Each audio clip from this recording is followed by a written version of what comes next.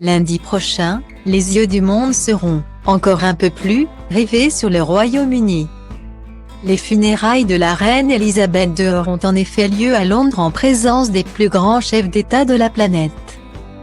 Du président américain Joe Biden au premier ministre canadien Datalink People égale ADF 2AED 72 05 147 C0 boulevard 44 858e 551 F 97e 8 Justin Trudeau en passant par Jair Bolsonaro, président brésilien, ou encore Recep Tayyip Erdogan, président turc.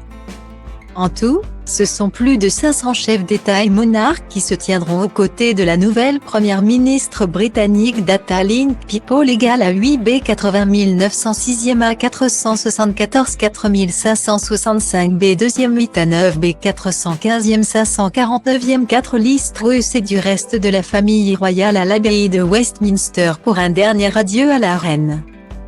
Un soutien de poids pour une cérémonie qui s'annonce aussi bouleversante qu'historique de par son ampleur.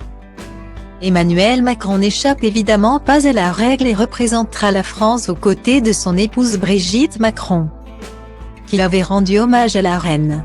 Mais il ne viendra pas les mains vides. Ce vendredi, le président de la République et la première dame étaient en déplacement dans la Creuse pour les Journées du patrimoine. Il en a profité pour officialiser devant les caméras de télévision la toute première invitation formulée au nouveau roi d'Angleterre Charles III. J'ai eu l'occasion d'inviter en effet le roi Charles à venir en France quand cela sera approprié pour lui, a-t-il notamment déclaré. Emmanuel Macron a également révélé le cadeau qu'il comptait faire au nouveau souverain britannique lundi lors des funérailles de sa mère. Un album photo retraçant les visites successives de la reine Elisabeth II et du prince Charles en France.